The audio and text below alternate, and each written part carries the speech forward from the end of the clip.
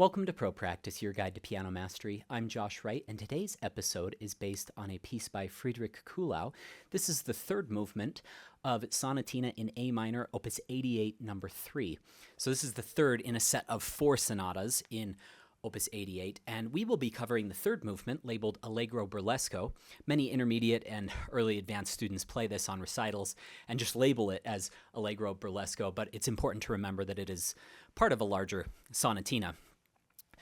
Before we dive into today's tutorial, where we'll be going over many things such as fingering, articulation, pedal, shaping, voicing, rubato, and many other things, I thought I would just go ahead and play this, just a few bars of this, in case you're not familiar with it. There are many performances of it on YouTube that you can check out, many by young pianists.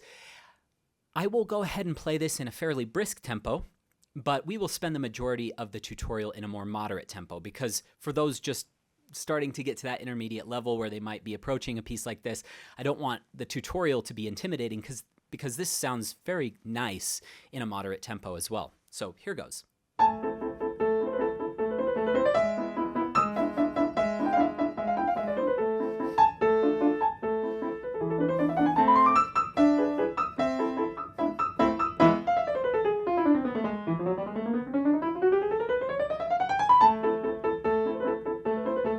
Okay, we will now spend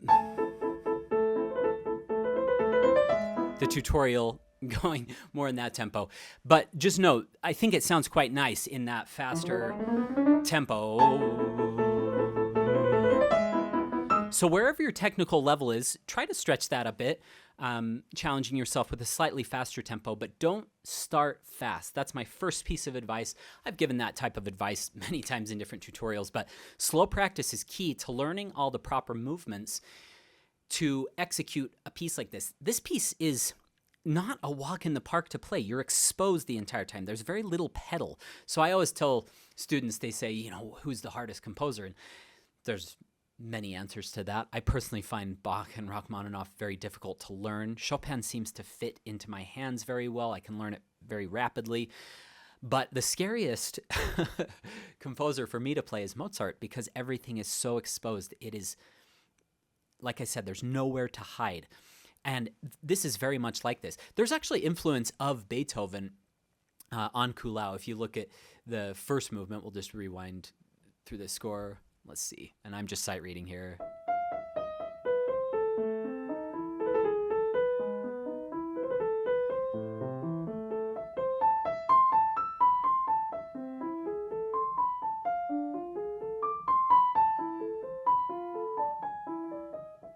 What does that sound like?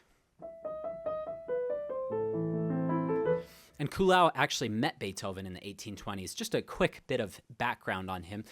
He was born in 1786 and died in 1832. He was born in Germany and later moved to Copenhagen and became a citizen. And he is mostly known for flute music, but he has a lot of very charming piano music. And like I said before, this has influence from Beethoven and is a great preparer for larger scale works. So I would highly recommend giving this to a student before you gave them an entire Mozart sonata, or certainly before you gave them a Beethoven sonata, even the easier Opus 49 Beethoven sonatas. The first thing that I want to draw your attention to in this tutorial is the finger pedaling that Kuhlau writes in using half notes. So make sure you establish that right from the beginning. When you're doing a grace note, a lot of students will go, and I always tell students to start by crushing a grace note. That's just a little term I made up, just playing them together and then letting go of the grace note. And actually, you're probably going to let them go at about the same time because it's staccato to begin with. You don't need to really focus on separating that. So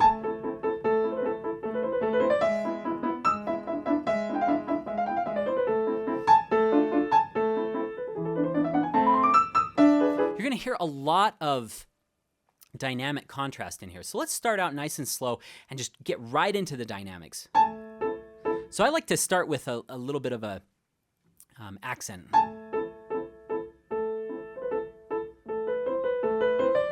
And then shape that.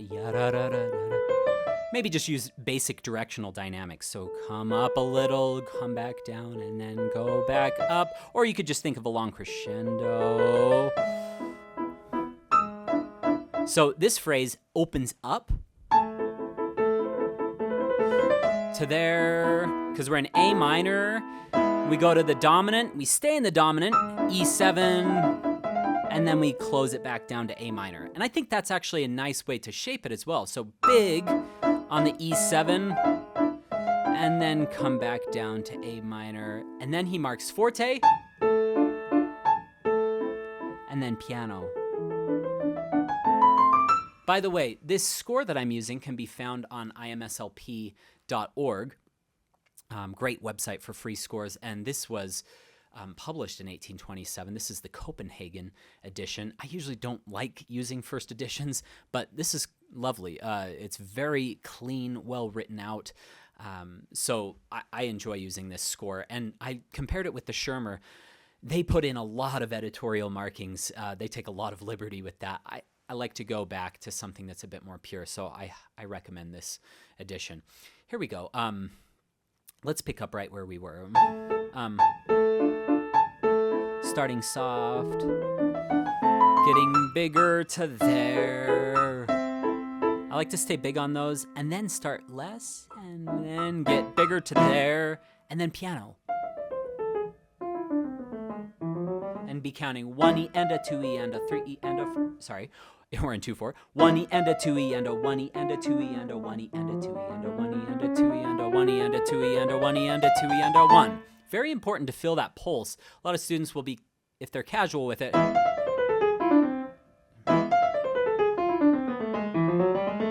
and then the audience loses the beat where versus.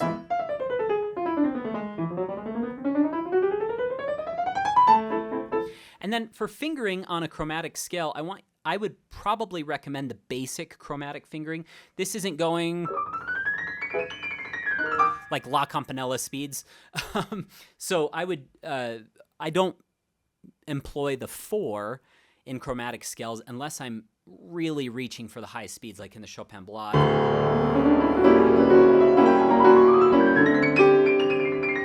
I'll use the 4 on G sharp, A, 4 right there on A sharp. But other than that, I will use 3-1, 3-1, 2, 3-1, 3-1, 3-1, 2. So you're using just thumb and occasionally 1-2 on the whites when you have 2 whites in a row. And then you're just using 3 on every black note. So, and a quick little note on making your chromatic scales easier, because I've seen students struggle with that chromatic scale right there, is think of a conveyor belt. You're going to just practice a trill. And most students can trill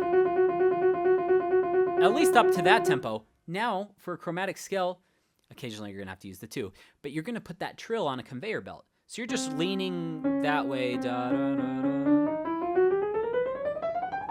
That's a very nice way of thinking of chromatic scales. Okay, so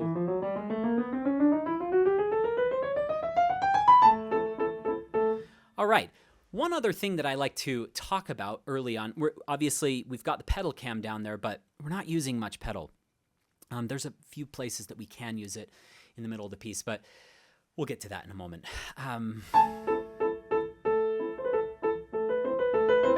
The thing we haven't discussed is voicing.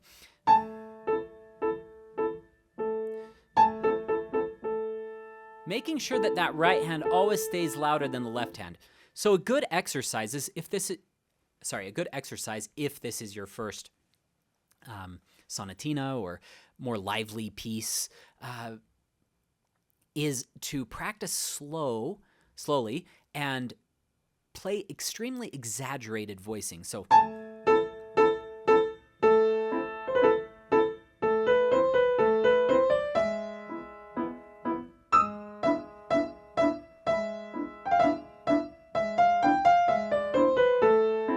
once that starts to feel good, then you can start putting the shape back in. I should also mention you could start very light and go to there. Okay, let's keep going with our voicing.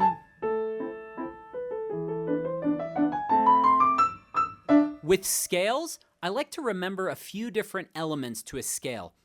This is just good review. First of all, thumb does tuck under. There's a lot of schools of thought that say you never tuck the thumb under. I don't think that's good advice. You don't want to just be aggressively pulling it hard, okay? But the thumb does pass under as you play. And if it helps you, you can... Here's some fingering, first of all. 4, 3, 2, 1, 2, 3, 1, 2, 3, 4, 2, 3, 4, 5. Or at the end, if 1, 2, 3, 4, 5, a lot of students are pretty weak on 4, 5, you could do 1, 2, 3, 1, 2. That's fine as well. So you have some options there with scalar fingering. But as you play scales, try one thing that I've tried to do a little bit in my own playing. I had a little bit of a scale crisis over the last 2 years in really fast scale speeds. I was playing some Liszt etudes and this one particular passage in a Chopin piece, and I started to get a little tension in really fast right-hand ascending scales. And one thing that's really helped me to resolve those issues is to think of the fingers just in their natural position. They're longer than the thumb. I mean, the pinky's pretty short. But as you play, the fingers are up here around that black and white key barrier where they meet, and the thumb can be here. And obviously you can go in for the thumb. If that's more comfortable, just bring that in, and then you can play back on 2 and 3 and 4 a little bit. But since we're going to be playing on those black keys, try to stay